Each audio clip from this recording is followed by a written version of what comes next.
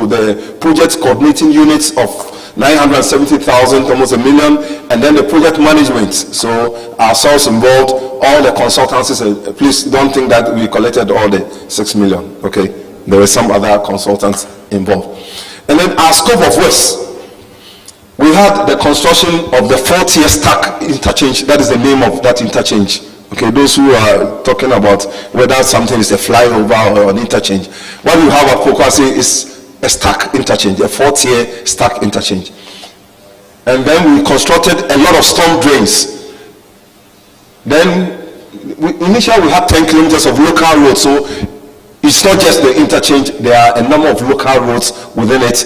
And then we have 6.6 kilometers dual carriageway of the Awoshi to Kwabinya section, and then the only 2 kilometers of the Accra Kumasi road, because from our designs we're going to integrate into the other sections which I mentioned, of Ankor to Jonte, and then beyond Pokwase to Nsaram, that is, just when you turn off onto the bypass. And then we provided, other pedestrian facilities, street lights, free health screening, and the rest. Now, just to give you some ideas, in terms of figures of our contractual details, the project name is as there. The implementing agency is the MRH. The funding agency I've mentioned, the Bank of the AFDB and the Government of Ghana, consultants, and all the dates are in there. And then our scope, we had to undertake a design review, because we started with a 3-tier interchange and we ended up with a 4-tier interchange at no extra cost to the client. But then we had a lot more money to be able to do other things, which I believe you are already aware of. We are responsible for supervision and contract administration, safeguards, documentation and reporting, and post-construction. Now you will find that all these things will fit into a BIM. And he talked about SharePoint. We were using SharePoint, on our project. So I'll be I'll be very much interested in seeing what you mentioned. Where's Louis? No, not BIM collaboration. He mentioned another one. No, not the Pro. Something else. I wrote it, but No. Docs, yes, Docs. Autodesk Docs. We want to see how that works with us. Now, in terms of the design review, as I've mentioned, that was completed and submitted to the client. We had to undertake additional designs. We did what we call the value engineering review. Value engineering, because you design something, you want to make changes, you want to make it better, not at a higher cost, but provide something that is what we call similar or better. And this is what we did, and this included the geometrics, the structures, the traffic, drainage, and all that. So this is where we started from. We started with a 3-tier single point urban interchange, what we would normally refer to as SPUI. And my lead designer, Kwame, is here. I have my structural engineer also here, the bridge engineer. Where's Blackmo? Eric, yes. And the drainage person is also here. So these are, you can see them, very young people, but we are able to do this with the power of technology. Of course, with knowledge, because we are also in the knowledge economy. So we started with this. So the top tier, then we had a middle tier where there was going to be the interchange. That is, left turns and right turns were going to be taking place there. And then we had a pedestrian tunnel going under. But then later we went into value engineering, and this is what came up, a 4-tier. And this is done with, I think, 3DX Max. What you see there. And what I love about these things is that these are intelligent. You can move from one, you do something in Civil 3D. He is working, let's say, we didn't use Revit. We were using third parties, software for the bridge designs. But then, if we were using all this is within one Autodesk suite of software, which probably will be BIM, we would have probably been able to do much more. Then we changed the BIM. Okay, we changed the BIM into,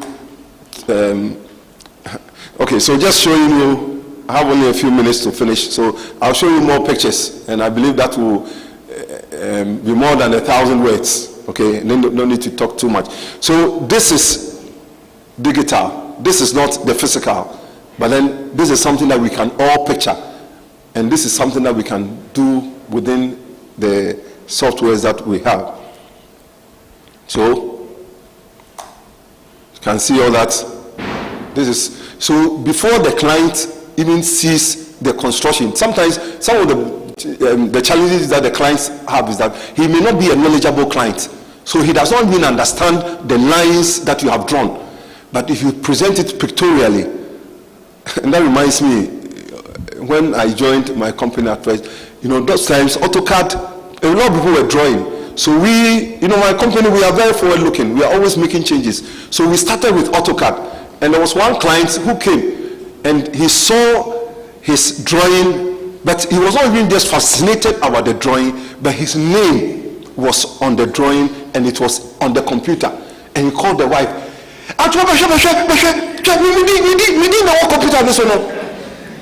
are laughing, but those days, for you to have your name digitally on the computer, oh, it was joy. And for us as engineers, we sat back and we were just happy. He did not talk about the drawing, but just for the fact that his name could be seen on TV. Anyway, so this is all not the physical pictures. I'll show you the physical pictures, but this is all part of the software. So let me show you some more. I'll try and take you through the process of doing these things. Yeah. So we undertake geotechnical investigations. The project, showing these are drawings. Okay. And then we go through the process. So on my left, we drill holes in the ground, we put in reinforcement, we concrete, and then you have the piles. These are what we call piles. And all our structures are sitting, on piles. And then we have the pile caps. From the pile caps, the piers are constructed. And I was telling Louis about clashing. Look at the reinforcement. You want to put certain things. They'll clash on site, but if it were on paper, you would be able to see that and then make the necessary changes. Now we are looking at real pictures, which I believe is akin to what we have seen expressed digitally. Because of time, I will just go through. These are just some pictures. You don't need to talk too much. Showing the process of construction, the modular wall, which for those of you who have passed by have seen. We have what we call the mechanically stabilized earth retaining walls, and all of these. So I guess it's time.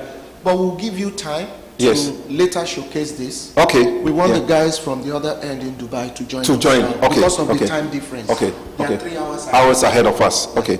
So I think that this is. I'll just rush through, show you some more of pictures, additional works which we are undertaking. And I was just talking to my fellow engineer about electricity lines and all those. Sometimes you go to the road and you never know that they are buried services. You cut it. But then I believe that with BIM, we can integrate all of these. But luckily, ECG is doing a lot of work. So I can take drawings from ECG and superimpose them on my drawings, and then I will know where it is going to clash with my road, and therefore there will be the need for some relocation. Okay, so I think that, like we said, we would have, but then at the end of the day, we have challenges like every project, traffic management, overspeeding, COVID. We worked during COVID. I myself caught COVID during the time. Then the destruction of pavements that we've completed by drivers spilling fuels, jacking on the asphalt road. They are destroying it, and many other things. And then on the 9th of July last year, the president did the commissioning. But you find out the engineers are not close. We were pushed somewhere. Thank you very much, and God bless you.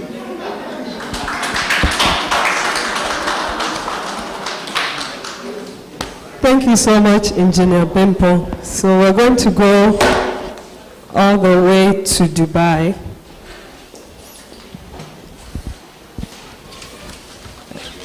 Vijay will be joining us from Dubai. Vijay is a technical Hi, Vijay. Good morning, everyone. Good morning. Please take it up.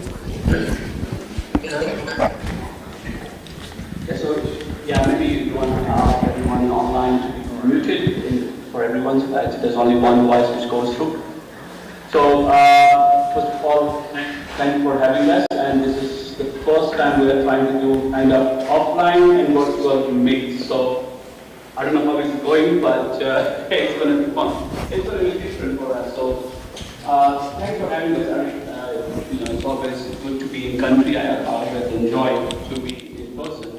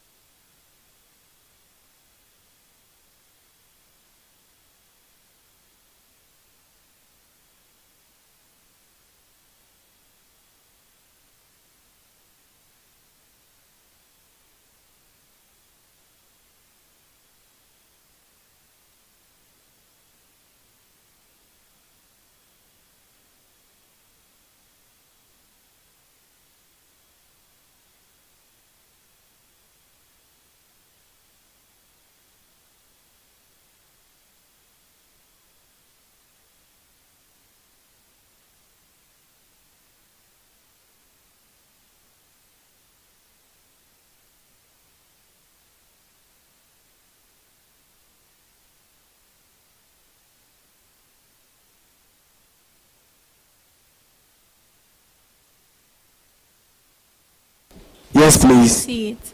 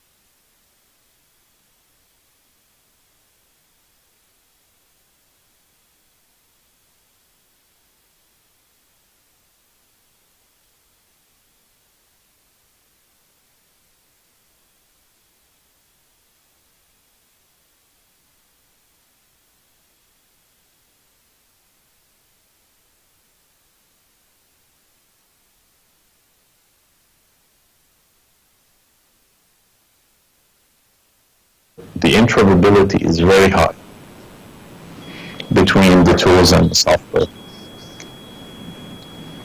Would you mind to mute it? I'm now hearing the echo.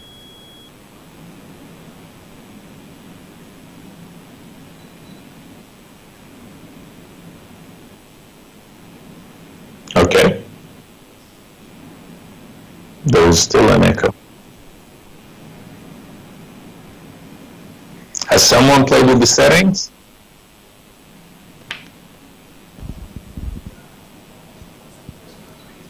Hello? Yes, I think some of the Did you some of ask the a settings question? got changed. I can hear my echo. No, you are not. Hello, did you ask a question? Echo. Okay, there's no echo from our end. None from our end, so you can continue. I think, yeah, it's better now. Okay then. You can still hear me, right? Yes, we can hear you. All right, perfect. I think you can still hear me. So we have different tools for different team members, multidisciplinary teams.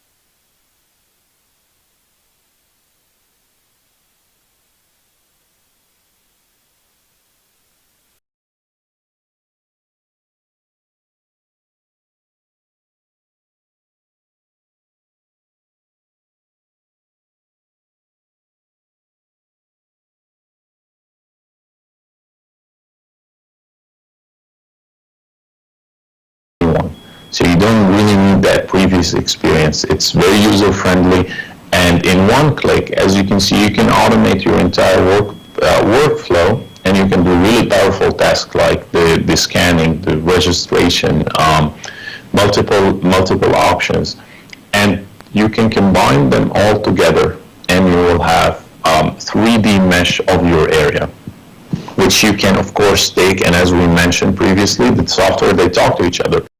So you can take all of this result and you can send them and you can work in InfraWork or Civil 3D. So InfraWork is one of the latest software that has been added in the infrastructure, where you can immediately work in a 3D environment rather than going to the old 2D ways. You can immediately go into a 3D environment where you can connect these data together to create your model, to create your surfaces, and to start your design process. Also, if you are using the laser scanning technology, now laser scanning, which is basically a scanning machine that you can put or you can install in a pickup car and then you drive all the way through, it will scan the area, right? Once you scan the area, it will create a mesh model for you. So you will have all the points. What you have to do next is to remodel these points using InfraWork, for example, so you can remodel the entire area or the entire surface.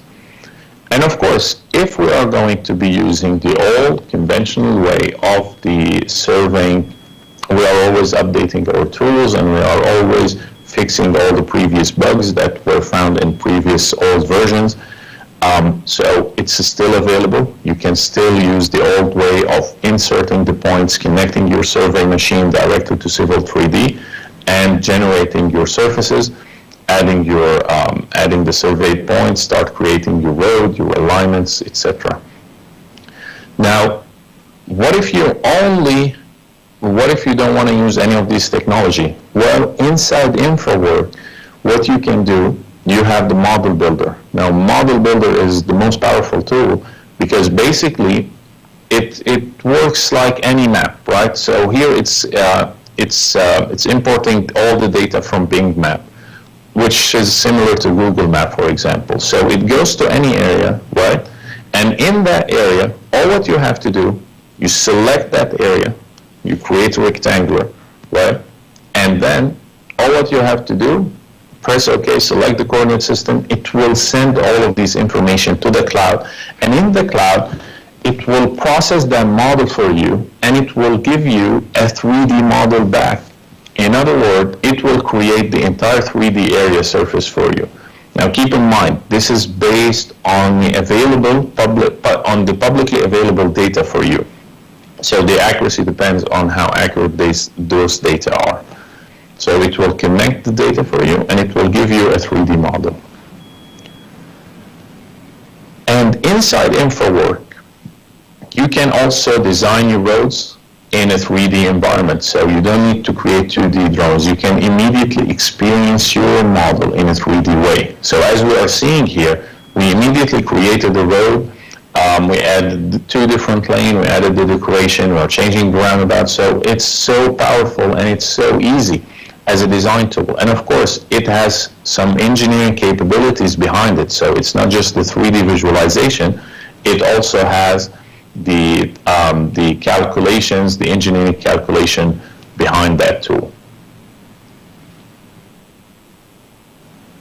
And of course, it has the drainage capabilities. Look at this example. We select the road and it will immediately generate all the underground utilities for it.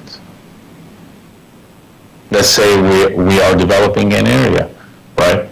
Once you are developing that area, all you have to do, you can import your Revit model directly to that area. So you can experience your Revit model in an infrastructure environment, on a city level, for example. You can have your entire city, you can have different models, different options, and you can have all of them in a 3D environment to be able to experience these models and to be able to have different design options. This is very powerful. If you're going to your client, you can have several design options, which is basically you can select which one you want to preview, and you can just scroll between these options until you get your client approval that, yeah, that's the design I want to have. Rather than getting comments, go back with the comments, providing new design, new concept design, going back. So that's how powerful it is. And look how easy it is to add the decoration. We added the lake, we are adding trees, we added parking lot. It's so easy to be used. And of course, we have the bridge capabilities. So you can create your bridge, and it's so easy that you basically select the first point and the end point, and it will create that bridge for you. And that bridge can be customized, which, what I mean by customization, let's say for the footings, for the structural elements, you can actually recreate these parts in Inventor. So it's another software that talks to InfraWorks, where if I have more complicated shapes or shapes that are not available inside the out-of-the-box library in InfraWorks, I can add more. I can create more elements to be connected to my project. And it will update immediately, and it will also create some reports for me that I can take from the concept or from the design stage to be able to understand if that project will actually work. And I can push all of these information into Revit, and inside Revit I can also add the rebars. I can add more of the structural detailing to that element. So as you can see, I start from one software, I go to another one, and I go back to the first software, then I go to another software, and all the information are linked and connected together. So we will never lose the information that we have in the model. And once we have our model, let's say we are creating a new area, let's say we have a new plot that we want to develop, we will have to do some of the mobility simulation. And this is also a very powerful tool that you can basically study the traffic movement in a specific area. And it's not only about cars, but also you can do it for humans. You can explore your design. You can see if the traffic will be heavy in some areas. So what can we do? How can I have different design options to overcome that problem?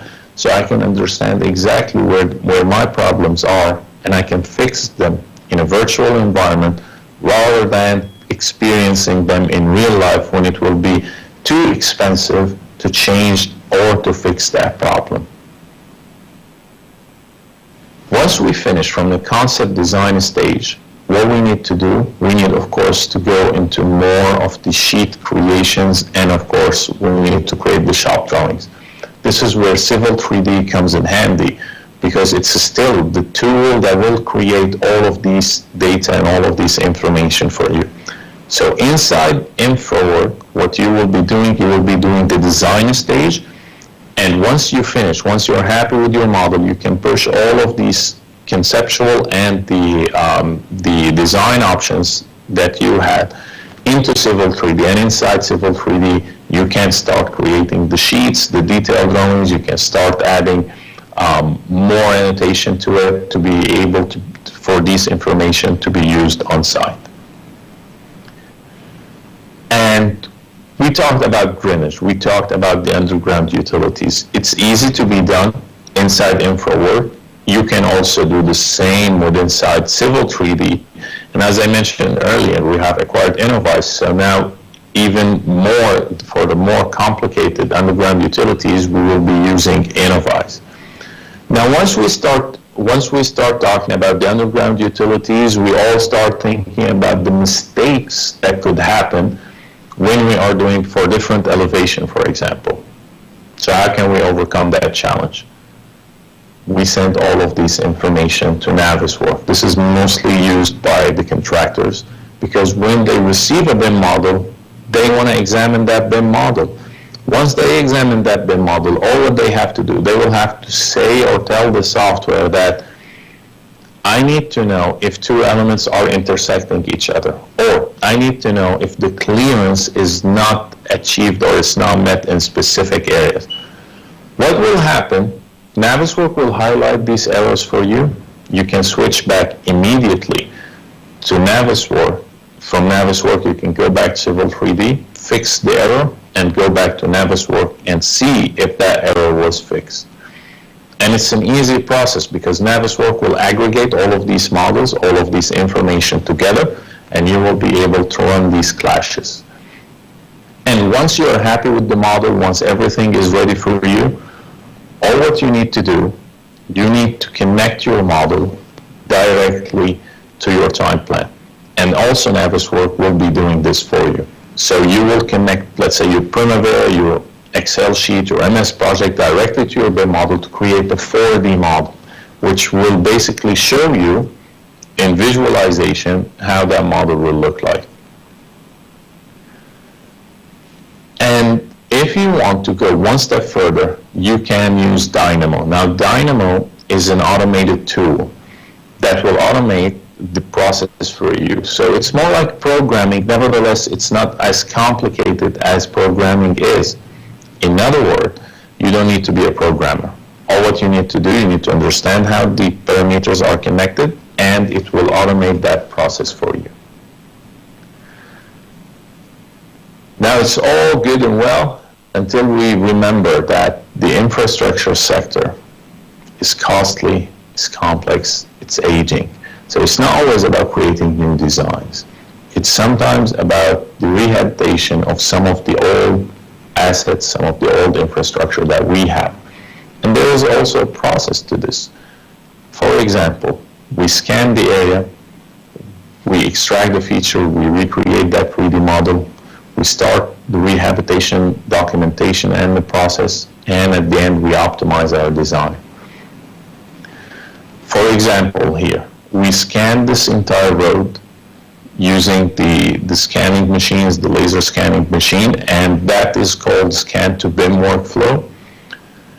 So rather than doing this in days, you can do this in hours. And then you go to InfraWork, and inside InfraWork, you start creating your 3D model. And once you start creating your 3D model, you start your rehabilitation process. You understand where are the defections, and you start helping and redesigning that entire road to be able to redo it or to do the rehabilitation process for that road. And we are always investing in our tools, so we are always adding something new. We're always fixing problems. We're always adding new tools to it. For example, one of the latest, most favorite tool is the Project Explorer. Now, Project Explorer, it's an add-in that comes, if you have the AEC collection, you will have it. What basically happen, you install it. So you install the add-in, and what will happen, it will analyze the entire project for you in a dashboard way. So basically, you can find out all the surfaces that are in that project. You can see all the alignments that are in that project. You can explore all the corridors. So it's basically, it's as it says, it's Project Explorer. So you will explore your entire project in one window.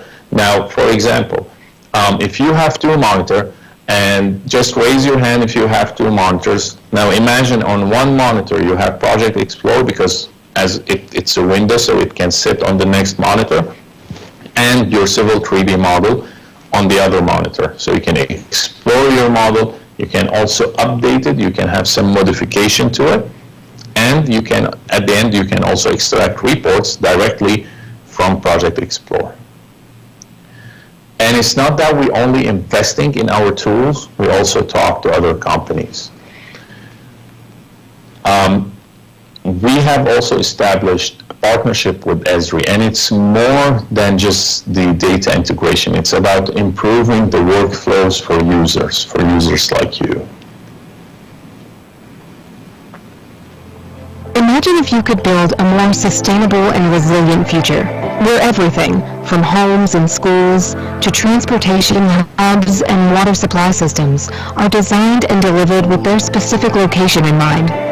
The partnership between Autodesk and Esri has streamlined the flow of design information and geospatial context, allowing decision makers, designers, construction and operations teams to plan, design, build, and manage vital assets with consideration for their real-world environments.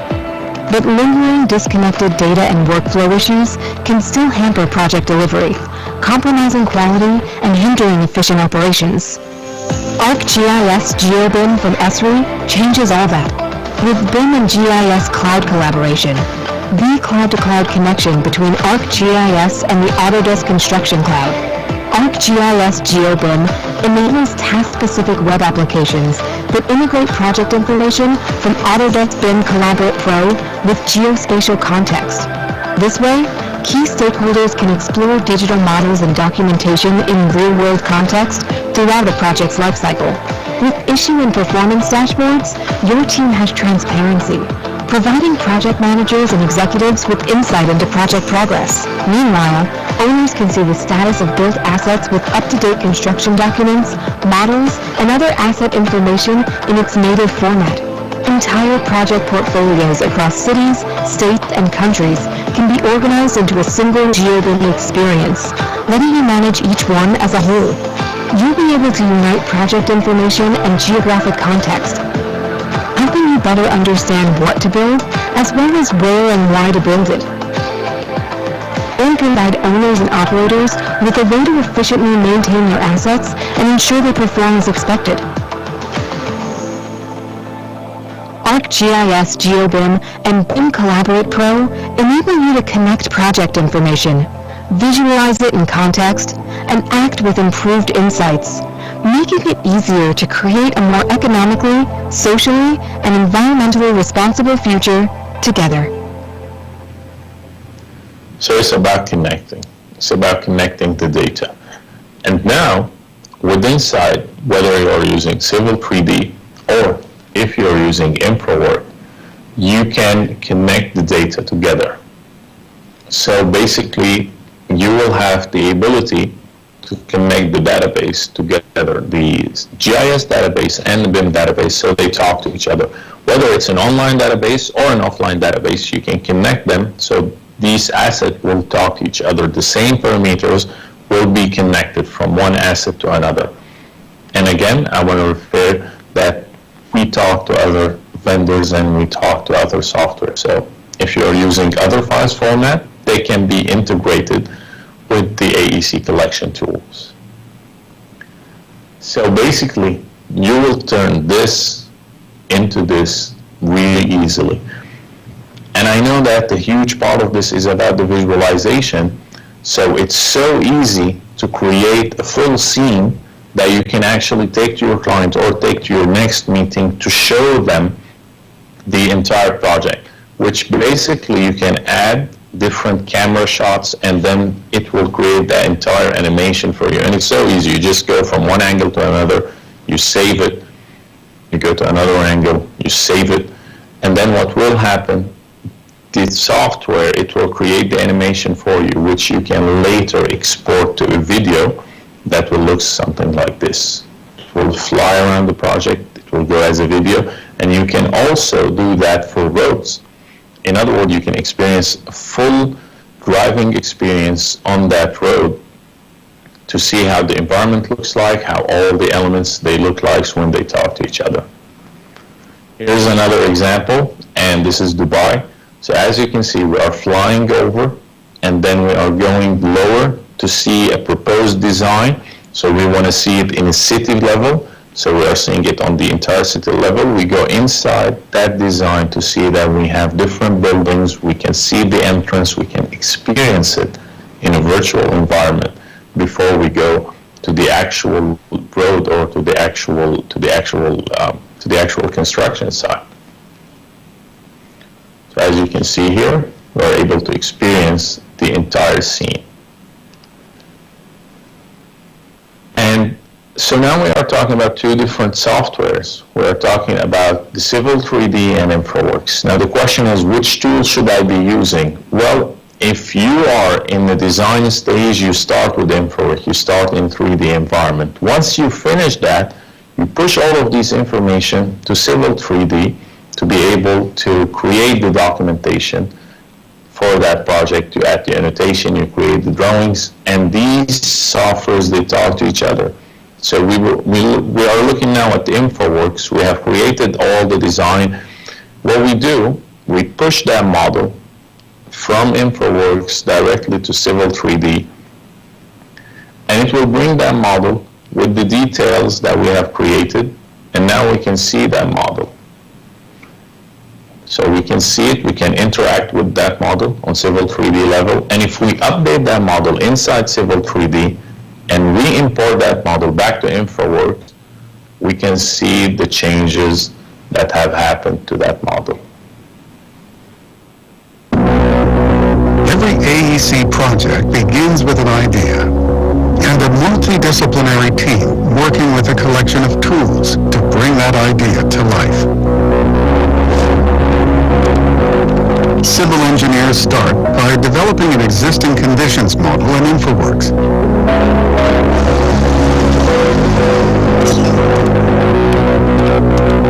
Point cloud data from RECAP and GIS content, such as sewer and flood information, are added to enrich the model and enable the conceptual design of road and site layouts in the project's real-world context. Switching to building design, a concept is sketched for a health clinic in the site context using Format Pro. The massing is refined, details and materials are added. The impact of sun and shadows is studied, and solar analysis is performed. Insight is used to conduct whole building energy analysis and optimization. Back in InfraWorks, the conceptual models are evaluated within the site context. Next, detailed building design is performed in Revit. The format mass is used to locate architectural elements. Dynamo is used to study alternative roof concepts through computational design. Structural and MEP engineers create models for engineering design, analysis, detailing, and documentation. The design disciplines link their Revit models to ensure the building design remains coordinated throughout the process. As the building design comes together, civil engineers develop the detailed site design in Civil 3D, including parking lot layout, grading, and drainage networks. Using vehicle tracking, even vehicle movement can be simulated and analyzed. Then in InfraWorks, a compelling visual is generated to improve understanding of the design. The next phase of the project is the design of a hospital. As before, the project moves from concept to completion with Format Pro and Revit, starting with architectural elements. Structural and MEP engineering disciplines join the project to create a highly detailed, coordinated building design. During pre-construction, design teams and contractors can perform 3D clash detection on the building and site models in Navisworks. Together, the team can identify interferences between steel framing and mechanical ducts in the building, as well as between site utility networks and the infrastructure design, enabling resolution of any issues between design intent, constructability, and fabrication before construction even begins. Finally, the team can also conduct 4D simulations to understand project phasing and construction sequencing, taking the project one step closer to the field. The Autodesk AEC collection gives every designer, engineer, and contractor the tools and integrated workflows they need to deliver building and infrastructure projects with confidence.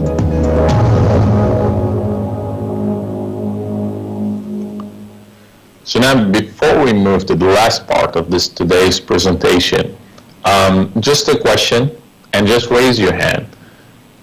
If you have ordered anything online, whether it's food or anything, maybe you bought something from Amazon, just raise your hand. So if you order food or just went through Amazon, you bought something, just raise your hand.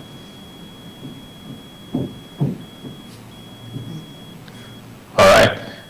Lewis, from your end, if you can ask any of the gents who raised their hands, if they can explain the purchase process in very high level, like how can you buy something online?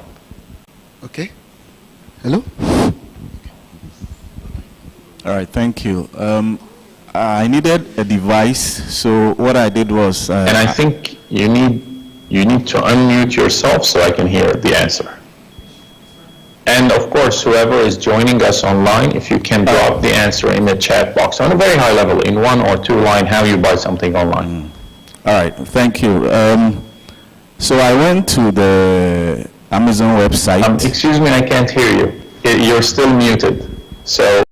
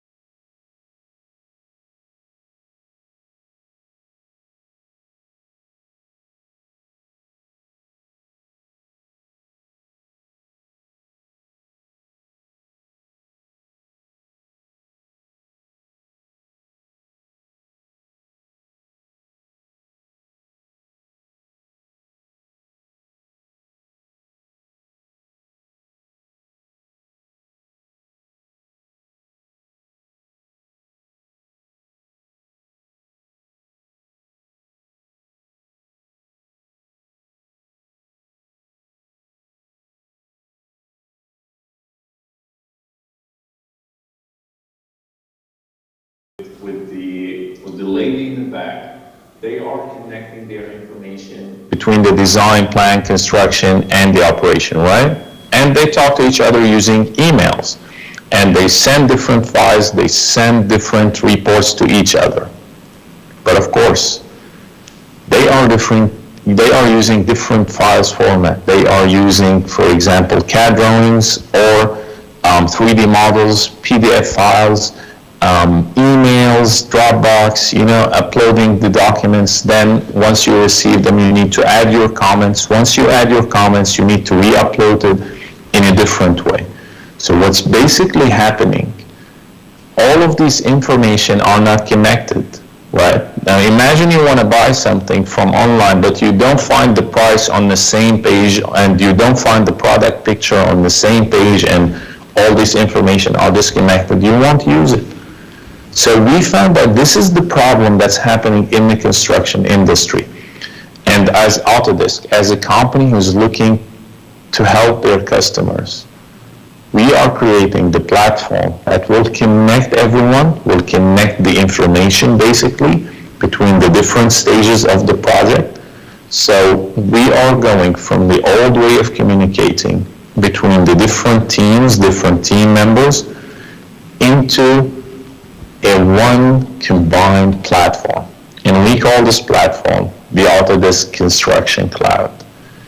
This platform will enable everyone who's working on the project to connect, excuse me, seamlessly on, on the same platform. So everyone in the project can now access that information on the web platform. So you basically have to go online, you have to go to one web page, which is the ACC, Autodesk Construction Cloud, and you will start being able to access your project, regardless in which stage of the project you are, designing, planning, building, operating. All of these stages will live on the cloud. We have different tools inside that platform. So we have Autodesk BIM Collaborate, Autodesk Takeoff, and Autodesk Build. And we will talk about these in details. So first thing first is the Autodesk Docs. This is the tool that Louis has mentioned that is coming as a complimentary for free when you go with the AEC collection. Now the Autodesk Docs is the tool that will help you to publish, share, view, and mark up all of your project information. So to start with, of course, when I create a new project, I need to be able to control the documents. So we can create the documents, we can create folder structure inside on the web. And once we do that, we can start having the access right. For example, let's say I want Louis to be able to only access 4 different folders only. So I can give him an access to only 4 folders. Let's say VJ had to access to 6 other different folders. I can assign him to other 4 different folders or 6 folders. So I'm able to control the folder as the project admin. And then, of course, we can add files, and we can add drawings, we can add 3D models. So any file that you would like to have, you can add it. You can add pictures, you can add videos. And here's the good news, it's unlimited. So regardless how big your files are, you can upload them to the cloud and they will live there forever. You can actually control as many projects as you want, or as you are managing in real life. You can have all of them on the cloud. Once you finish, you can archive it. And inside the web page, you don't need another software. Inside the web page, you can have a 3D view of your model, and you can add marks up saying the design here is not really the way I want it. And you can also create issues to that specific model that can be assigned to a specific person. Let's say, for example, I'm working with Emmanuel, and there is a specific problem in the project that I found. All I have to do, I click on where the problem is, and I can then assign it to him by saying, hey, Emmanuel, I found this error. The proposed solution is 1, 2, 3, and I give him a deadline. Right? So he will receive it on the web, just like you're receiving notification from Facebook, for example. The same way you will receive a notification You will also receive an email, and you don't have to reply any of those. You go inside the platform and you click on that issue. It will take you directly to where that issue was created, and you will see the exact view, and you will see the comments, and you can add your comments, you can change the design, you can update it. And the data that we are adding can be viewed inside that BIM model. So you can view the data that we added, because if you remember, all what we're talking about is how we can connect the data to the 3D model. So you can have these data available to be seen on the web. And because it's a web page, you can access from your mobile, from your tablet, so anywhere you are, you can access that project. So you don't need to be on your computer. And you can control the different version. Let's say we are working on design number 1, design number 2. I ask for changes. Once I receive these changes, I can compare them. As you can see, blue versus red. I can see what are the changes that happened. And basically, it will filter for me. It will filter what has been changed in the model, what has been modified, what has been added, or what has been deleted in that model. So basically, that platform is a web platform that will manage the project for me. So it will manage the entire project, and if I'm not happy with that specific version, with that specific design, I can go back. Right, so I can go back to previous version. Let's say I'm now on design number 5, and I want to go back to design number 3. I don't have to delete anything. I don't have to create backup files or anything. I just have to select which version do I want to be working on. I will say it's number 3, and I can continue from version number 3. So that's the first, the Autodesk Docs. It's the BIM document management system where you can manage your BIM model plus your documents. And then the next level is where you can go to BIM Collaborate, Collaborate Pro. This is the tool where everyone can be talking to each other. So this is where I can create teams, I can check all the problems, all the clashes, I can find them on the web page. And it's basically about combining all the different multidisciplinary teams that are working on the project, right?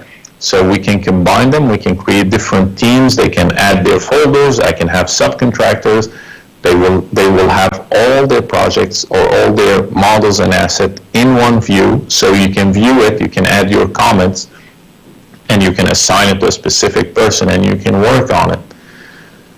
So Autodesk BIM Collaborate Pro is part of the Autodesk Construction Cloud.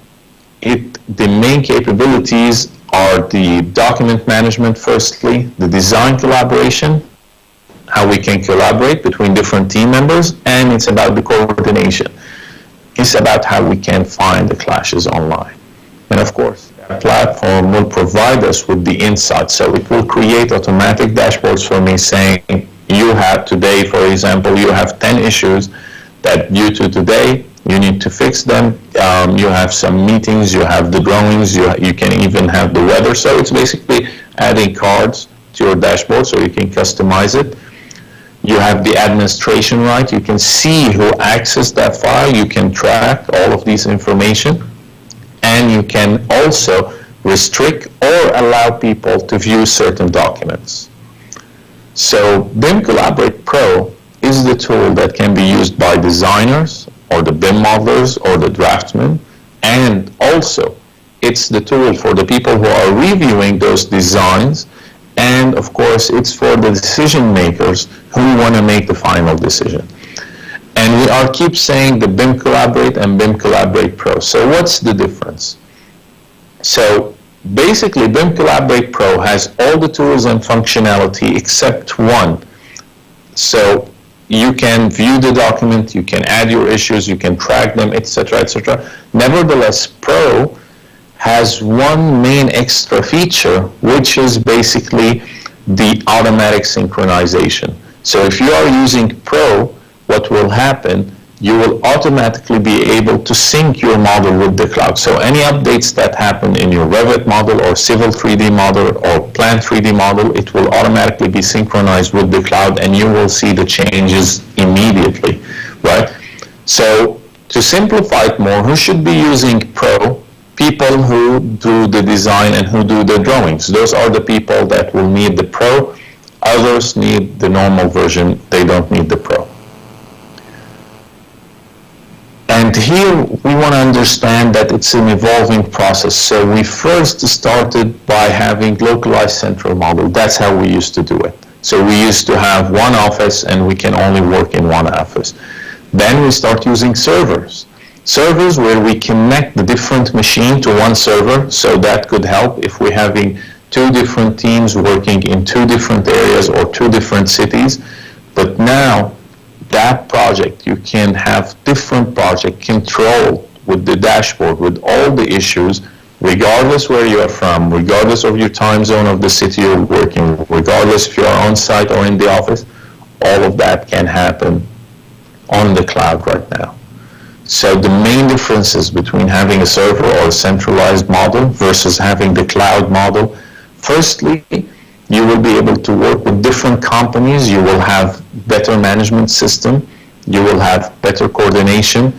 You will be able to view the documents in a better way, and you will have all your data centralized.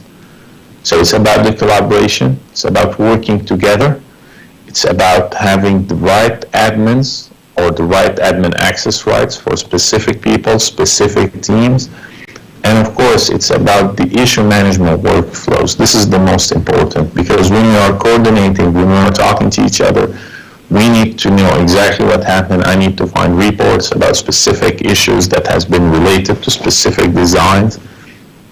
And I want to be able to track them per team or per the issue, and to see what's the stage of each issue, to make sure that now I'm ready to go to the site. I made sure that the problems are fixed. I made sure that all the clashes have been resolved to be able to go to the construction site and to save as much money and as much time as possible. And it's about communication.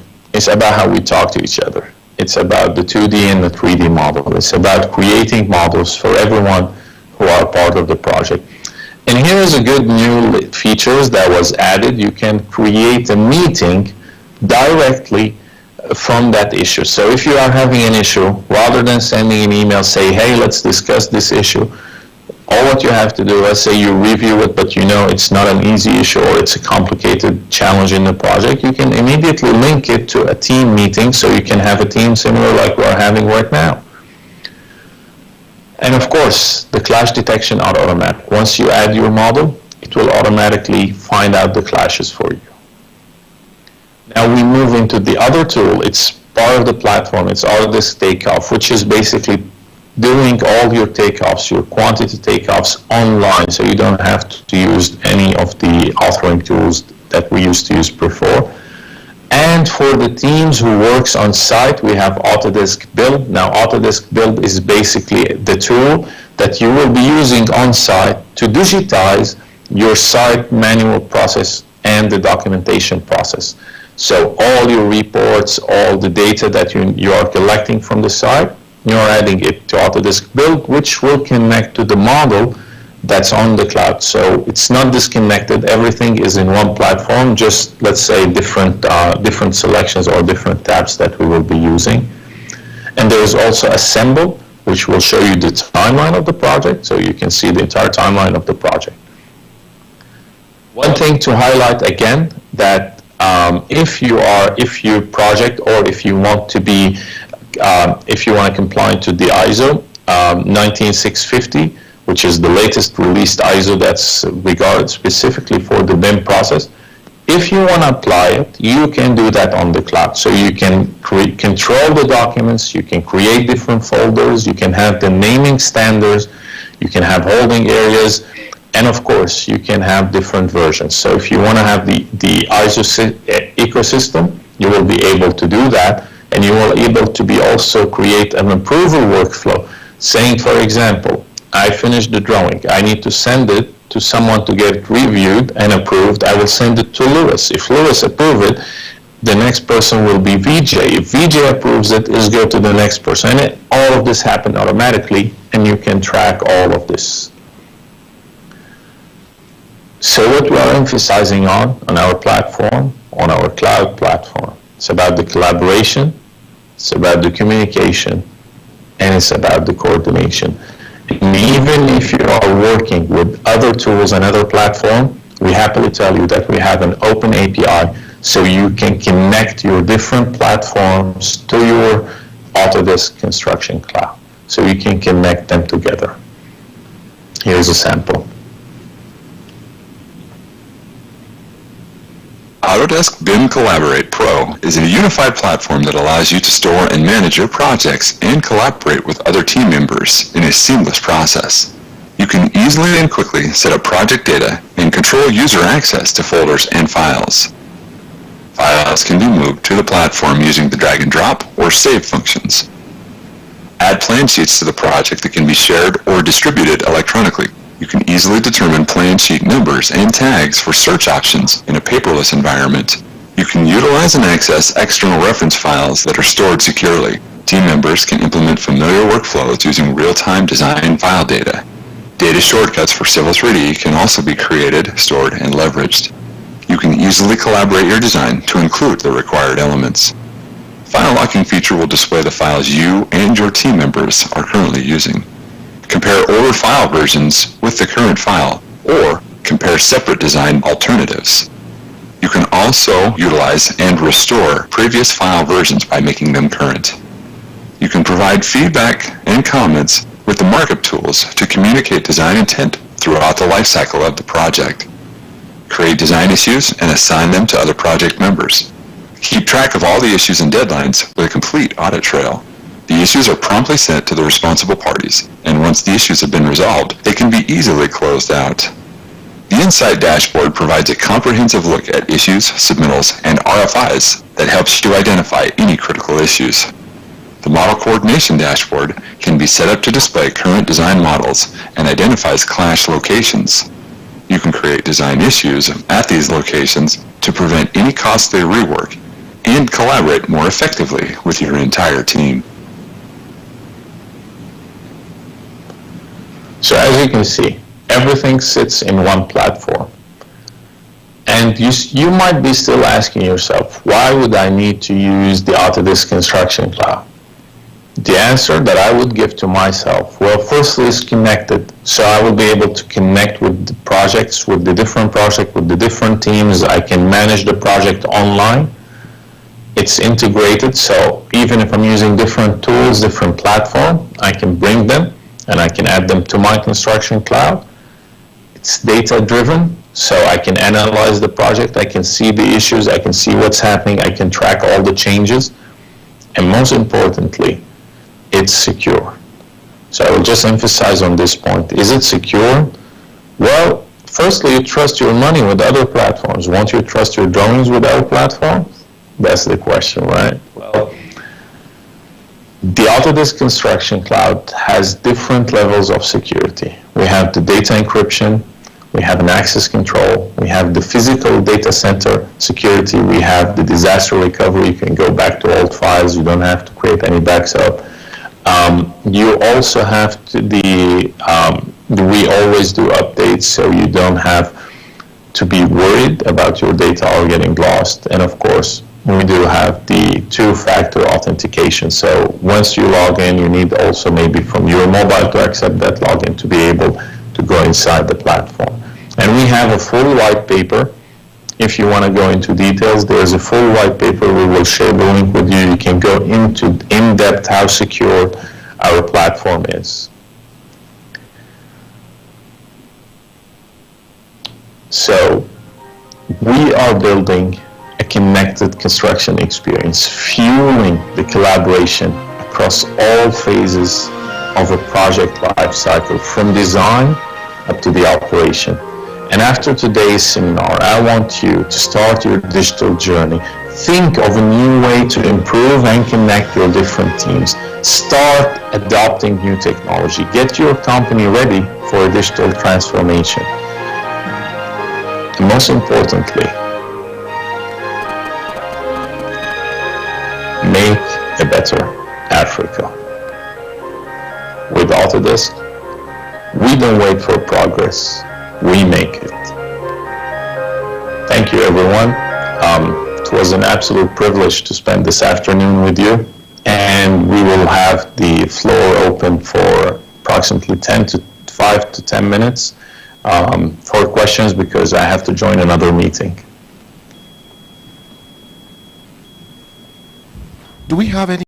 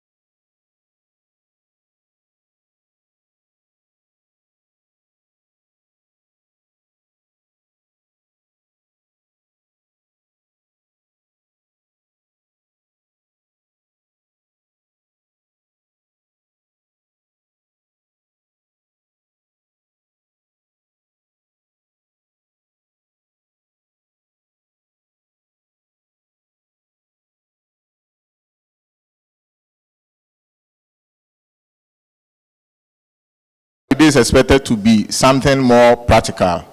And I've been told to use my personal journey, my personal experience, and how I have engaged with other consultants, and even within my private practice and my within my company. So it is going to be something similar to that. If you look at the topic, plan of action to move from 2D to 3D, it might be deceptive, but we are still talking about moving from the traditional process that we are used to a BIM process. So don't let the 3D diminish the impact of the BIM that we have been talking about. So how to transition from CAD to BIM. And I'm using just simple not simple 4 steps that we have to look at. And I was first introduced to BIM, I think, in 2006. Some Nigerian exchange program students came, Ken Westy. By then, we were members of the students' leadership. So they came and they were asking the kind of softwares that we use as architects and engineers. And those days, you can imagine it was AutoCAD. All of us were using AutoCAD. So the Nigerians were wondering, Kwame Nkrumah University of Science and Technology, and it's like we are back, because they had been using AutoCAD then, I think 3 years or even 4 years before that. And in fact, it was the first time in 2006 that I heard of Revit or anything that has to do with building information modeling. And I tried to look into it and see what it is that we have to all leave our comfortable zone with AutoCAD and learn or start a new process. So the 4 things that I have identified in my personal, I don't know why, but on the screen here it's quite faded, but I don't have it like that here. Okay, anyway, is to have a certain mindset. Basically, to transition from a 2D process to a 3D process with all the presentations we've had. And from my personal experience, it goes beyond just the knowledge of how to use Revit or how to use any BIM compliance software, but a certain mindset. And I'm saying this because I know people who are using BIM or Revit or any other software that has to do with this collaboration that we are talking about, but in a glorified manner. It's more like still the AutoCAD process, but just that he's working in the BIM or in a Revit environment. So it has to do with a certain mindset. And if we saw the previous presentation, it talked about beginning with the end in mind. Beginning with the end in mind. One thing that those days in 2009, when we started learning this BIM thing, was that it didn't have that kind of vision with respect to AutoCAD. It didn't have that kind of vision and mindset that most of us wanted to do. Why do things twice? Trying to avoid redundancy in our workflow. I have to go to elevation, I have to come back to plan, I have to go to shadows, I have to go to details, and do all these things over and over again. So even within AutoCAD, I was trying to see how to adopt these must workflows. And I was using the external references. And with external references, I upgraded to the Project Navigator. Now I know they've done a lot of things after 2009. But you see that there was still something missing where I can do something in plan and I don't have to repeat it in elevation. I don't have to repeat it in section. I don't have to go to my shadows and update if it has to do with the count. And that is when the tools, information I received from the Nigerians came to mind to really look at this Revit thing. So the mindset is very important and it has to be very strategic. Then the second thing I would want us to look at is the objective mindset. And the third one, as we all know, the collaborative mindset. And the last one is the implementation mindset. So this is my personal journey. This is not theory, and it's something that I will share with you. And we need to always to move from the traditional comfortable BIM process, the 2D process to a BIM process. We need to define certain targets for ourselves. Architects, engineers, quantity surveyors, we need to have in our mind what at all is the ideal. Because if you don't have this mindset, you end up using BIM software or Revit, but still like a CAD process, because your mindset hasn't transformed beyond the 2D, even though you are using Revit. Most people are using Revit or any BIM software because they want to visualize, because of the parametric engine of Revit to speed up the modeling process and all that. But the idea of how is my information or model going to be useful to the engineer? How is it going to be useful to the KOS? How is it going to be useful to the contractor in the construction process? If we don't transcend our mind beyond what is useful for us, but useful for the other consultants, then we have not really started thinking about building information modeling. So, knowing the 2D limitations, which has to do with collaboration. I know AutoCAD has really been improved, by then it's still in the crude state. To be able to transcend beyond working alone or working in that fragmented, as we have been shown, we have to look at the abilities that Revit is able to give us, having the same single model, driving the whole process from planning to operation. So you have to have that mindset. You have to just be thinking about it. Now, I'm not even talking about learning how to draw. I'm thinking about envisioning in your mind what should be the ideal process to work within our industry. Then, do we even think about simulation? If I'm designing, can this same single model drive simulation? Just as for a KOS, it will drive his cost in terms of, or her cost in terms of trying to get the estimate of the project. Then in the strategic mindset, you want to also look at the skills. And when I talk about skills here, I'm not talking about the discipline knowledge, being an architect, being a structural engineer or mechanical engineer, but the skill to be able to work with the other allied professionals as a team. So in this case, we are looking at it beyond the software itself.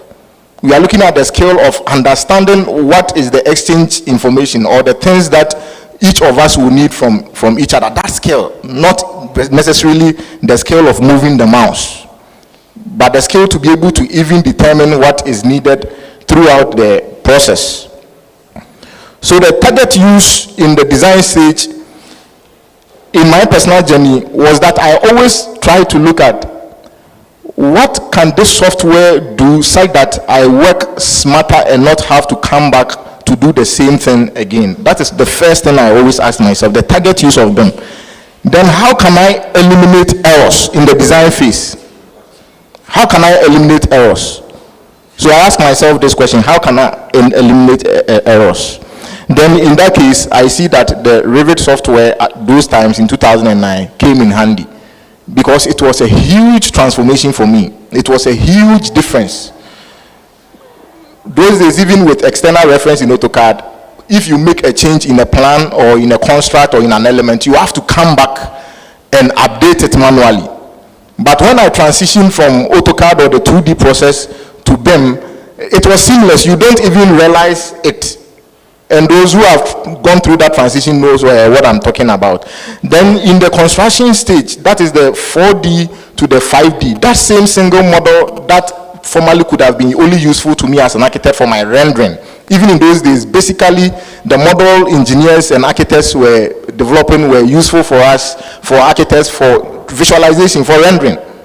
But then if you go deep down the construction process, and now sustainability becoming the ground rules for design and construction, you see that the AutoCAD becomes a huge limitation. Because with BIM, you are able to export your model to the green building extensible markup language, where you can now simulate for energy, for water savings, efficiency, all the sustainability goals that you can think of. So if the mindset is that it's not about visualization, it's not about presenting to a client, but through the construction process at each phase, can a single model drive me at each particular phase of the project that I get? Then you begin to think of the limitation that the 2D process presents to us. Then you look at the post-occupancy. If you have a mindset of how useful would the building be if we finish construction and the client or the owner begins to operate that building. If you begin to have that mindset to think up to that level, then you know that there is an issue of maintenance, there is an issue of data now with IoT, Internet of Things.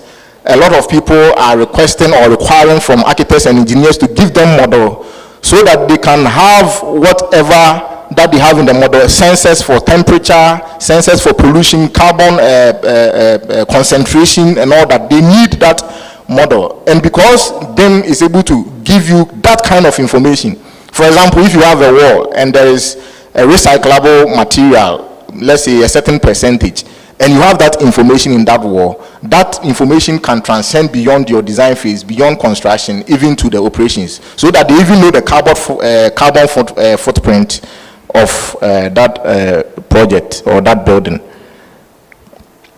I would want us to look at the benefits, the experiences, the features with respect to the BIM. Then we also look at the users, the wants, the needs, and the fears. What in those days, what were some of the fears that we had, and also what were the needs? Were we able to separate the wants from the needs? So the benefits that I saw in BIM, to be able to leave that comfortable zone. In fact, at the risk of sounding modest, I was very good with AutoCAD those days.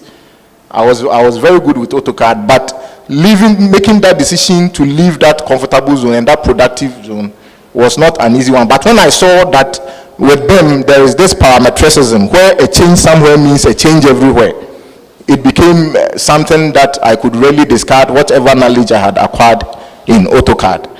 Then the idea that there can be work sharing in BIM or in Revit. Let me use Revit for as my BIM platform, since that's what I use. I can work on that same single model with a colleague, but I could not do that in AutoCAD on that same single model. So if you did not know, what it means is that if we are designing, let's say, a hospital, on that same model, formally in a 2D process, if I do the general layout, then I want someone to do maybe the facade design. It means the time that he's doing his facade design or whatever, I would have to wait and understand what he has achieved to even to know how I can also continue with my part that I have to do. But that is not something that is a limitation when you are using the Revit, because with Revit you can distribute work sets so that you can define those who are working on facade, those who are working on landscape, those who are working on interior design, furniture layout and all that. And it gives us that kind of speed when we collaborate at that level or at that life mode. Then the other benefit that I saw was database. So if any professional is still struggling to leave the comfortable zone with the 2D or the traditional process to Revit, then you need to think of it in terms of database. Revit software itself is a huge database, and the future, as we all know, is data. Now we are moving into artificial intelligence, machine learning. How are you able to be competitive and to be able to do your own machine learning if you don't have that data? Because data is the new oil, or is the raw material for our information age. And you already have something we call building information modeling. So you have that that information aspect in that model. So it means that if you want, if it is a firm or a company that wants to use a database of his past records or his past projects and develop an artificial intelligence for, let's say, the best optimum toilet layout or the optimum hospital layout, with that information and with that data, you should be able to have a machine learning model and eventually have an artificial intelligence model where you can, with few parameters defined, have something generated for your use. So you can see that now the 2D process is something that cannot be futuristic, and that everybody is encouraged with this kind of experience to move or transition to the BIM platform. Then we also want to look at the class distinction, which has already been mentioned, down especially right from the design phase to the construction phase. So even before the project breaks grounds, you are able to do a coordination review. So you have the mechanical engineers model, you have the electrical engineers model, the structural engineers model, Then you want to see, for example, my lighting fixture, my ceiling height. Is the duct of the mechanical engineer going to interfere? Does he need more room space depending on the size of the duct that he is choosing? So it means that right at the design stage, I am thinking about construction and I want to digitize that process. So there is no need remaining in the 2D environment or in the AutoCAD environment because I have the end in mind. So this main thing that we are talking about, one fundamental lesson is that if you have the right mindset, there is somebody using Revit, but with the poor mindset, it's still a 2D process. Because all that he needs is to model and render. But the model becomes useless at the next stage or the next phases of the construction. Then we want to also look at features, because it's model.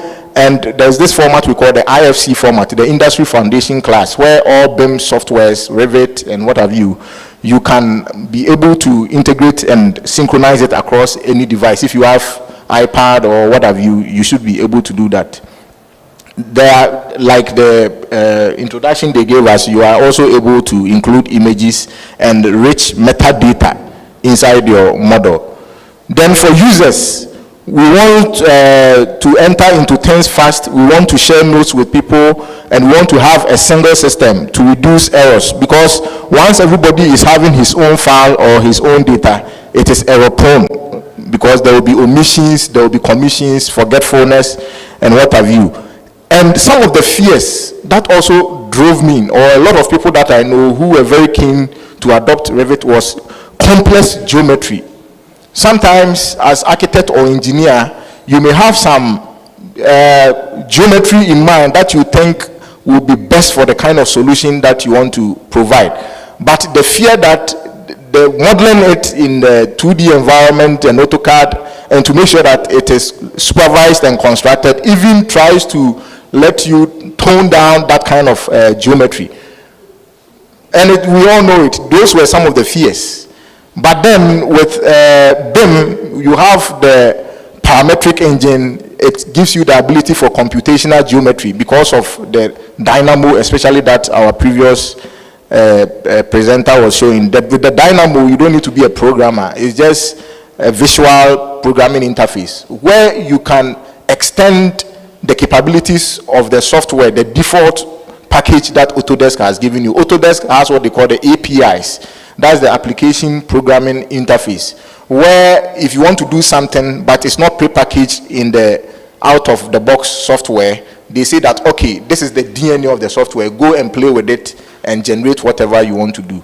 And that is why they've added this Dynamo thing. And you don't have that ability, or you don't have that option with the 2D process as we have mentioned. Then in that case, you'll be locked into the 2D CAD limitation. So it means even though I could do this, but with the kind of tools and instruments at my disposal, I have to rather opt for something else so that I can deliver and meet my deadlines and get the job done. But within you as an engineer or an architect, you knew there could have been a better and a more optimized solution for that problem. So the needs that we look at anytime we have this transition in mind is a well-coordinated design across disciplines. So how can we have a well-coordinated design such that all the consultants, without requirement for change by the client, and we sign off the project to begin construction, we are all comfortable and relaxed, and not be bothered or be worried about any clash that might happen or that can even happen. That possibility right at the design stage is eliminated. So these are the mindsets that as designers or as quantity surveyors and professionals we need to carry along. And the ability with AutoCAD, I remember those days, if you have to do a change, you have to copy the current plan, then put it aside, then do that change. If you have another change, you have to copy it aside and do that change. You can imagine. So sometimes even you yourself, who is in control, you forget, you open the drawing again, and which one is the current which one is the current one, the current version of your own work. But with the BIM process in a single model, especially with Revit, you have these design options, so that on the fly, you don't need to copy anything. You can just, it works more like a layer system, where I can switch off and say that, okay, this design option, let me go and try another design option. If I'm not okay with you, I will discard you. If I'm okay with you, I will replace you with this new option. A very brilliant and intelligence of that capability gives you that freedom, reduces that burden that we always have as designers. Sometimes designers already solving the problem is the burden, so you don't want to even add the burden of the limitation of the software to already what you are struggling to solve. So the driving factors and our mindset for the migration from 2D is to think of objects and not drawing representations, like Luis previously said. In the BIM, you need to think about objects. So for example, if I say object, unlike AutoCAD, where I can have a window, but the window is not self-aware that I'm a window. There's no self-awareness. The floor doesn't have that self-awareness in AutoCAD that I'm a floor. But in Revit or in BIM, there is that self-awareness. A door knows that I'm a door. A window knows that I'm a window. I can have glass, I can have a certain impact resistance of that glass per the client's requirement. I can have a U value or thermal conductivity through that glass if it's a thin glass, whatever. And this is that kind of information that helps you to carry the model from the design stage even to simulation.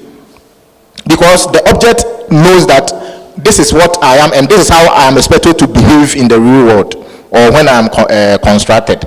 So if we are designing a project that is very close to a playground or a play area where we think people might be throwing things around or something, or vandalism, then I can put in that information in the glass of that window that let the impact resistance be able to resist a certain kind of impact to this kind of load or what have you.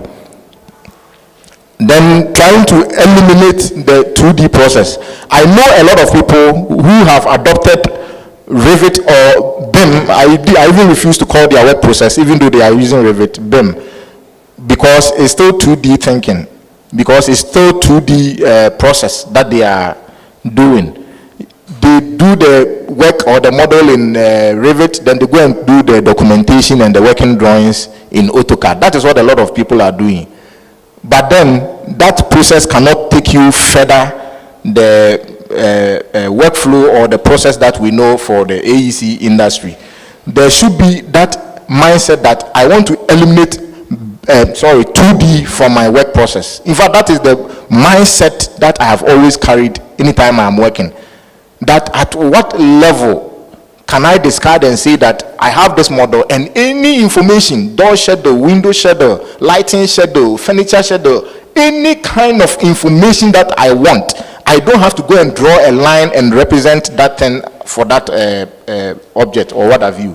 So how do we eliminate it? That is why in UK or in the world now they have the BIM levels, the level of detail, the LODs, where the UK BIM protocol, for example, tells you that for this kind of project, we need this level of detail. So can we be in the construction process where we think of that, we want to even detail for a door, the bolt and nut holding the hinge. Can you add it to that model? So that is where probably the capabilities of the hardware, because you don't want to also model to that level of detail such that the memory of that project becomes so huge for the computer to handle. So normally with experience you try to integrate, as computers are becoming smarter and faster, you try to integrate where you need a 2D and where you must have a 3D. So always I think of 3D where 2D where I can and 3D where I must. So for example, if I have to provide a door, the head height, the detail between the door and let's say the door jump, the door head height and the beam, the underside of the beam, the connection. If I have to detail that one out, it means there are a lot of things, a lot of small things that have to be seen. And should I model those small things? Let's say if there's a button there, if there's a stopper, assuming it's on the ground or whatever, do I need to model all those things? So these are the decisions that as an architect or as an engineer, you try to look at when you are doing your BIM or modeling. Then that passion, you can't take it out if there is no passion to go the ideal way. And as I've explained earlier, the ideal way, how should things be done? And that is what motivates some of us to always go ahead with this BIM adoption and the collaboration. Then a lot of people have problems starting with Revit. You tell them, start when the pressure is there. They want to start and do it on practice project until they get perfect or until they get comfortable. I didn't learn Revit that way. From my personal experience, 2009, after my thesis, that was the last time I used AutoCAD. After 2009, I have never used AutoCAD before. So the idea of trying to get to a certain level before I want to start Revit, you will never get there. Because one, you don't have that time, that luxury of time is not there. And two, there's no pressure on you to deliver. So you are still learning in a certain comfort zone. So you become cyclical. You'll be watching YouTube videos and you'll be calling friends and all that and never get started.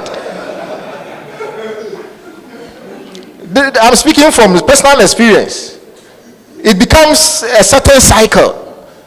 And I don't know whether it is fear. So I always tell my friends, until you start this problem, you always call me and ask for how you should go about it. But when you start it with a live project, one, it makes you serious about it because there's a deadline to whatever you are doing. Two, it makes you search for where you need the right information or the right tutorials.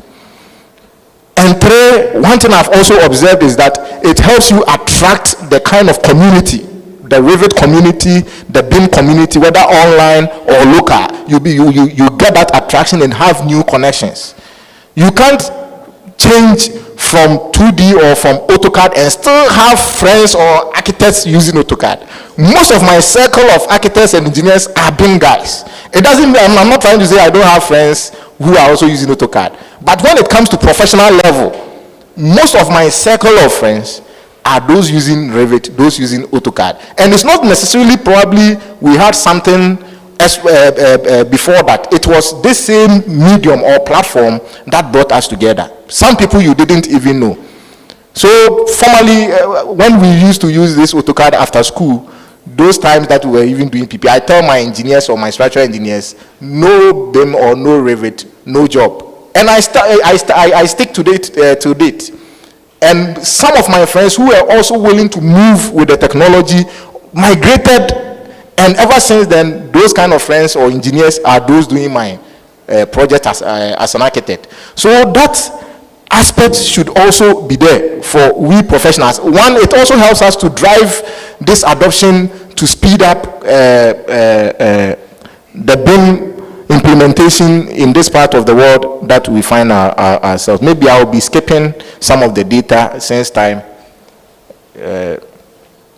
Okay, let me just talk about the BIM skills and the adoption. This is indicative. Ever since my over 10 years doing the Revit, this is indicative. And you see that with architects, engineers, and contractors, if you look at the adoption level, the contractors are almost inelastic. With time, they don't actually change. And the few contractors I've seen using BIM are foreign contractors who have come from Europe or America or elsewhere with the technology for their own process. But the local contractors, hardly have I seen, I'm not saying they don't exist, hardly have I seen any local contractor using this Revit or any other BIM process. Then if you look at our engineers, the majority of the engineers who have adopted this BIM and the other processes is the structural engineers, from my observation, the structural engineers. The electricals, I don't know, the mechanicals, and the plumbing, hardly do you see them. But for structural engineers, the adoption rate is improving a lot.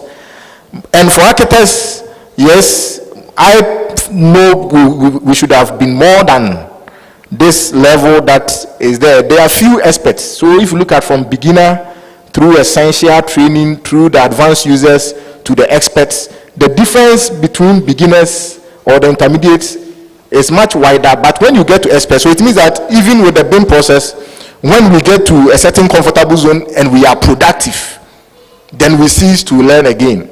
Once we are productive and we are able to serve the client with our printouts or what have you, and we are able to coordinate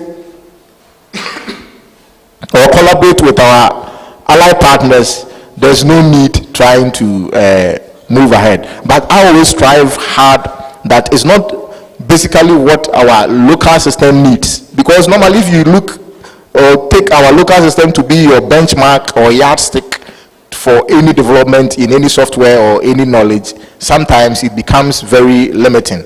So you look at the world standard, because you are training yourself not as a local architect, but as a world-class architect, or as a world-class engineer, or as a world-class quantity surveyor. You are not training yourself as a local professional. You should be able to work wherever you find yourself. So you look at the world standard, and with that standard, you should be able to know if you compare at the right position, if you are compared to others. Let me skip this one because it has been mentioned in most of the previous presentations. And I look at the user SWOT analysis, looking at the strengths, the weaknesses, the opportunities, and the threats for users who want to migrate. Already the strength is there because you have the domain-specific knowledge. If you are an architect or an engineer or a quantity surveyor, that knowledge is there. So that is your main strength. One thing about BIM or Revit is that it is hard for those, because it's domain-specific knowledge, the information aspect attached to it. Those who are not architects or engineers, they struggle or find it hard to really appreciate it if they have not gone through that training. And the weakness is the comfort zone. That's one thing I've always found.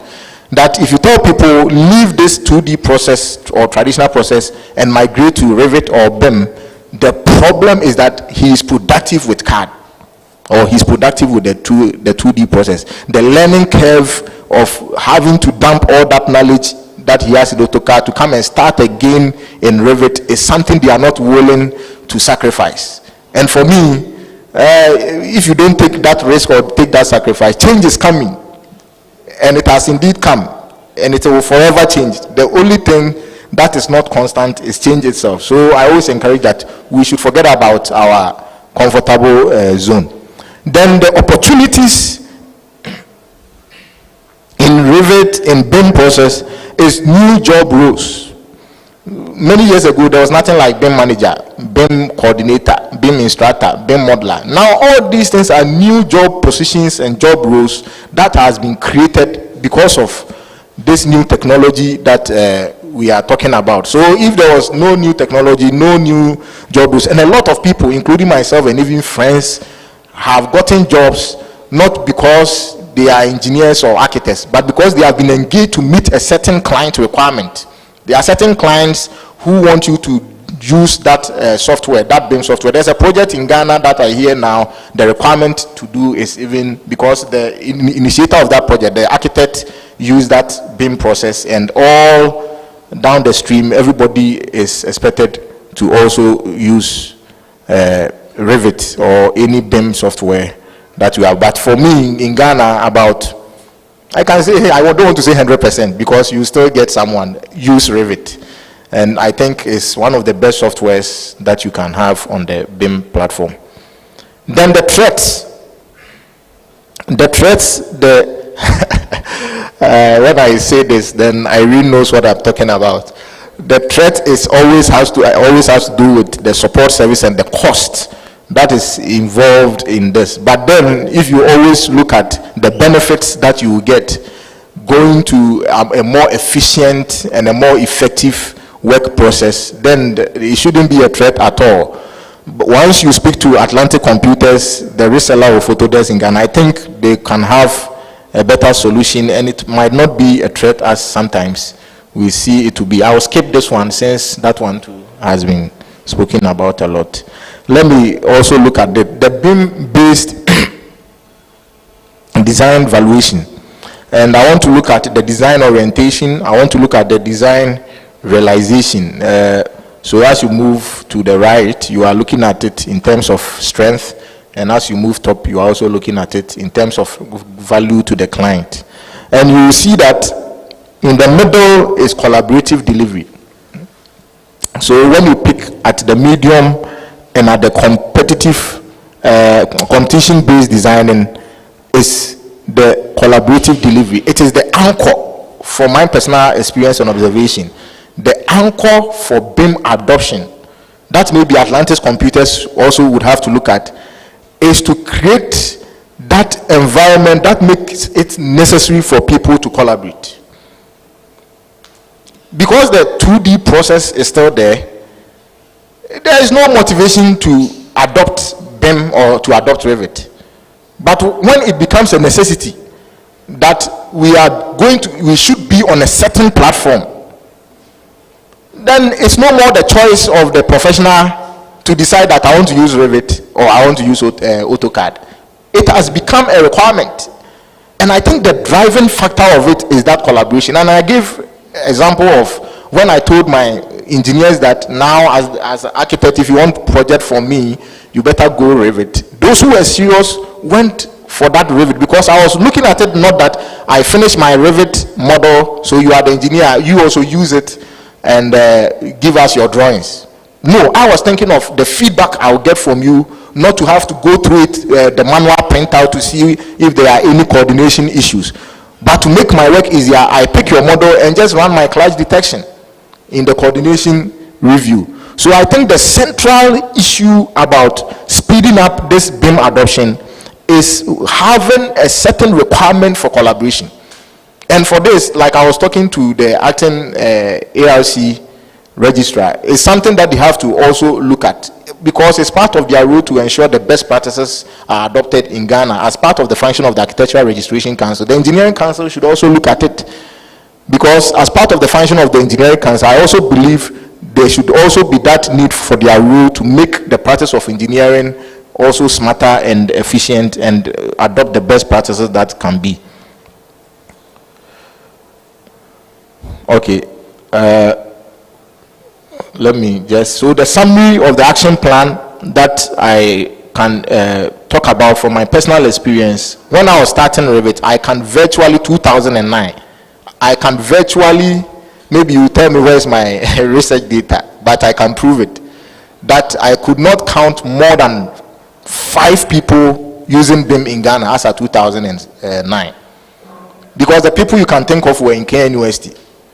And in KNUST, you can almost know every student in the Department of Architecture if you want.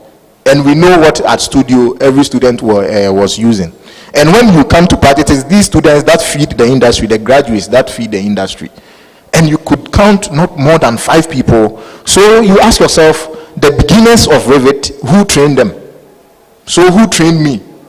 I relied those days on online learning, because there was no much people who could use the BIM. And I think for professionals and for our industry, the pace at which technology is changing, we cannot use the old way of learning where you have to always be instructor-led, even though you might think it might be the efficient. But I believe self-tutorial is something that we should, if we don't have that kind of, how do I call it? Attitude. If you don't have that kind of attitude, now the way information and things are changing, we have to have that attitude of self-learning. Then we have to adopt a migration plan with the BIM levels. So you should know that, okay, for this project, I will model up to this detail. I will not model any bolt and nut. I will not model any skirting, because at the end of the day, that client requirement, especially in Ghana here, what they call the employer, the EIR, the employer requirements, where the employer will tell you that after your project, I need that model. We don't really normally receive that kind of requirement. But I would say that even without those requirements, you have to know the kind of information you will need, both for yourself as the engineer or the architect, and for collaboration, how that your model will be useful down the stream. Then, as much as possible, let's try to discard the 2D early in the stage. So if you start using Revit, maximum after 90 days, you should stop 2D. Maximum after 90 days, you should stop 2D and be BIM reliant. Don't come back to AutoCAD to do some changes and all that. It makes it difficult for you to push the boundaries of Revit, because the things Revit itself can do, AutoCAD cannot do them. Then we should also join communities. In Ghana, we have the Ghana Revit user group, we have the Dynamo groups and all that. The WhatsApp platforms are there.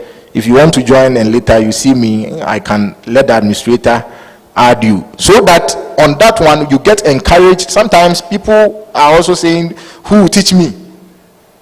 Or when I hit the road or there's a roadblock, who will help me? And I have personally seen that, I don't know, maybe it's a new attitude everybody after university or after school should adopt, self-learning. Because if you always want to rely on someone to come and teach you, a time might come, it might not be there. And that is also one constraint why people are finding it hard to transition or migrate from the 2D process to the 3D process, because they are looking up to someone to teach them. And I hear now Autodesk, they have a certain platform where if you want to learn, I think Irene can discuss or talk about that. If you want to learn, they have a way of doing that, and that is something you can also look at. Okay, maybe time is going. If I have to go through the BIM levels, where you have the level 0, level 1, level 2, level 3, and each of them there is that requirement. So it means that in level 1, at least you are allowed to integrate 2D, especially detailing. Because you might not model certain things. For example, if there is flashing, you are doing a roof and there's a lean-to roof where you have to do flashing and counter flashing to avoid leakage. You might not model that plate. So if you do a 2D section to show the contractor, that one you might integrate 2D process into it, maybe a field region or a detail line or what have you. But when you get to the level 2, then you should tell yourself that after this level, I am no more integrating 2D. But of course, it depends on the computer you are using, because if you are modeling bolts and nuts and all that, and the memory that is going to take is something. But then if you are able to get to that level, it means that when there is a change in that process, you don't need to worry. But if it's a 2D, when there's a change, it means you have to go back to that 2D area and have to do rework. But if it's 3D based, it means you take your section, everything is consistent. Let me jump and look at, for budget, I will not talk about it. Luis is here, maybe your questions, he will be the best person to answer those ones. Then I will look at a typical, in AES, now that we are trying to transition from the 2D process to the BIM environment. Is good. One of my management senior is here, so whatever I say, I have to know that he's watching. Yes, in a typical, most architectural and engineering construction firms didn't used to have IT departments. Not IT as support service, that the IT guys who handle their internet or handle their computers. No, not that kind of IT. But IT as a part or an integrated part of their own working process. So now most architectural and AEC firms have their own IT departments where they develop their custom plugins, they have their APIs and what have you. And for a firm, this one is at the firm level, at the company or corporate level, to transition from a 2D to a 3D base, there needs to be the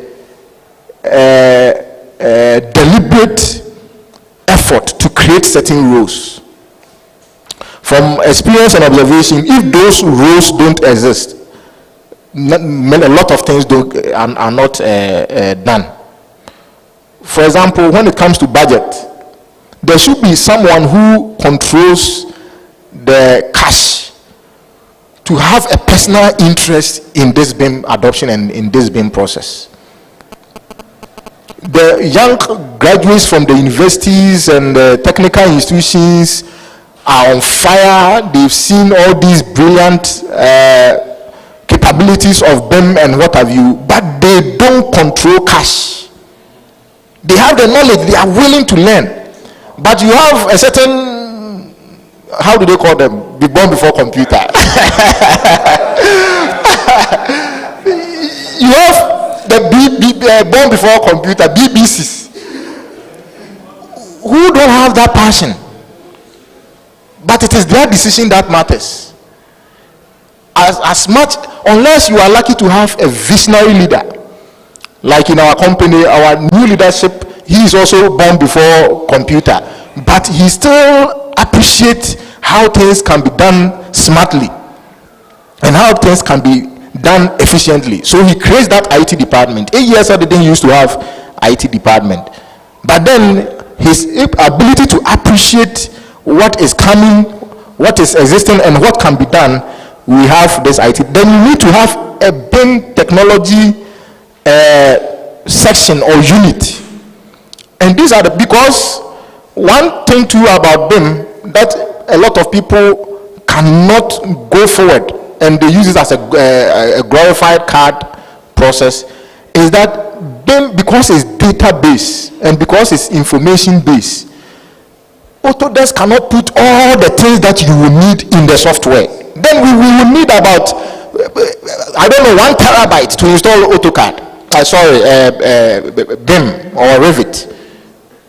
And they cannot also envision the things, all the things that you will need. So that is why now they have these APIs, that if you have a tech unit, a technology unit, maybe some of the architects or engineers have taken up to themselves to learn programming, then whatever solution that you want the software to do for you, go into the DNA of the software and customize it for your own use. So that is the API. So it means that at the firm level, if you want to have the maximum impact or the maximum benefit of that freedom to implement them, then you should have a certain unit. You can encourage your architects or your engineers to take up programming courses. Now a lot of things are done online. Most of my programming lessons, I learned it on my own online. Nobody sat me down, and with that we should be able to create any custom utility. Then you look at hardware. So you just don't go to the Dell or HP shop or what have you just to buy, but you are buying it because you have BIM in mind. So currently in AESO, we have bought high-end computers. Now we are done with our training. Since last year, we are done with our training. The structural engineering department, the architects, we are now going to do the implementation itself. And at this stage, we have bought high-end computers that is going to help us be able to use it. And we are in talks with Atlantic so that we should be able, they should also be able to help us with the licensing issue. Then we look at promotion. You should, once you come to, like, people who hear the good news, they don't keep it from themselves, for themselves. They also go and broadcast the good news. I came to be known because those days, when I really did what I wanted it to do for me, because it was always something that I was looking for, the ideal situation, my name began to spread among friends. So when there's a BIM question, I became the go-to person. Oh, call Tepayo or do this. And a lot of people I didn't know would be calling, oh, I'm trying to do this, how do I go about it? I'm trying to do that, how do I go about it? So all of us should become evangelists of BIM, because if you find a good thing, you don't keep it. You spread it and share it so that your brothers who also are not aware of it and would also adopt in case they knew, would also begin to adopt it. So we should all promote BIM and not leave it to only the vendors alone, since we all benefit and know what it can do.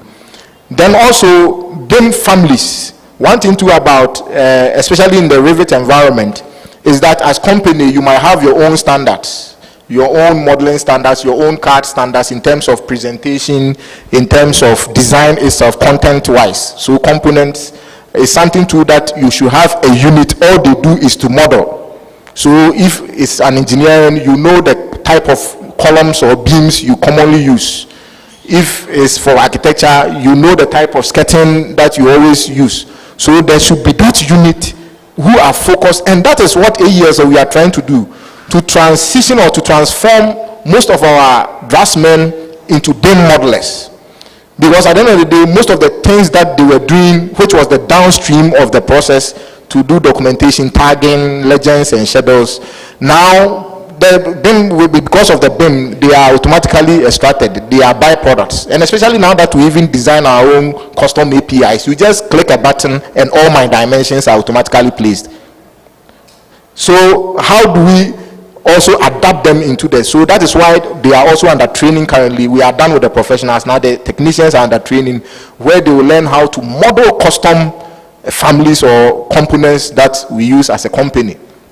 Then the BIM instructor is someone who will be linked to the vendor or Autodesk representative, so that version migration, version and updates and training and what have you, so that they always keep the office or the firm informed about how the best practices are done and what is available and what can be done. So thank you, Irene, forgive me for Wow, this was so good. Thank you, Architect Ochudako. There's a story in the Bible where Jesus went for a wedding feast and the wine ran out, and then later on he changed water into wine, and they said, the MC of the event said, why did you leave the best for the last? So I'll say I left the best for the last, for those who had patience enough to wait. But I believe Architect Ochudako will be calling on him again. We'll have a session where he will have a lot more time to be able to deliver. He has a lot in him. So we are so grateful unto you all for keeping time with us. It's been a long one. We wanted to end by 12, but unfortunately we did not start early. So we apologize for that.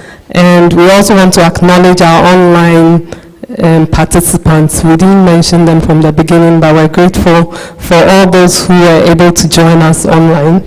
And I think there's not much more that I have to say. I don't know if Louis has something to say. Just 2 minutes. Not more than 2 minutes. And then we'll wrap up, and then we can go for our refreshments. Thank you. Thank you so much. I think the thing here now is, where do we go from here? We've preached the gospel, everything has been done. Where do we go from here? So I think it's left with you. He said everything. He touched virtually everywhere that we need to touch. Mindset first, and then where do I go from here? What value? And that you have lots of groups where you can join and grow. You know, like I was discussing with you, sir, in the next 5 years, if you don't start now, you will not be relevant. It's gone beyond my school certificates. It's gone beyond my school degree. It's at the level of what skill do I have to offer? What value can I add to move to the next level? Mindset. We're here to help. We're trying to create that community. It goes far beyond just acquiring the software. The training is there, the certification is there, the projects are there. Anytime I visit Ghana, when we drive around, we see lots of projects going on. But, you know, like I said earlier, let's sit down and be part of this project. It's our project. We understand our environment. Let's be part of it. So that's all I have to say. For students in our midst, we can talk later. We can create like a platform where You can always go learn from there. The council, I will want us to also discuss how do we help, because most times if you don't create that platform, it has a lot to do when we're talking about digital transformation. Digital transformation has gone beyond just digital technology. It's gone to the level whereby you have to create a platform, you have to create ecosystem, and then you start thinking about the business model you are going to run with this you are creating. But all depends on you as an individual. What value am I adding? Where do I want to be in the next 6 months, the next 1 year? So is it all left? Atlantic is there, Autodesk is there, the platform is there. It's left for you to now create yourself to be able to make good use of that platform to get to the next level. Thank you. Thank you all so much. And I'd like to announce that in July, probably mid-July, we'll be having a similar event again. And so I want to inform you way ahead so you can prepare yourself for that. And there are a few things we wanted to talk about, but we will not be able to talk about them now. We have our training platforms. We have a CAD learning, we are ATC, so we have various ways you can train, and you can also certify as Autodesk expert, professional experts, etc. So we will send those details to you by email so that you can contact us, and then we can show you the next steps you can take. So thank you all so much. Thank you for the Atlantic team. We thank you for everything, the media team and everyone. Thank you so much.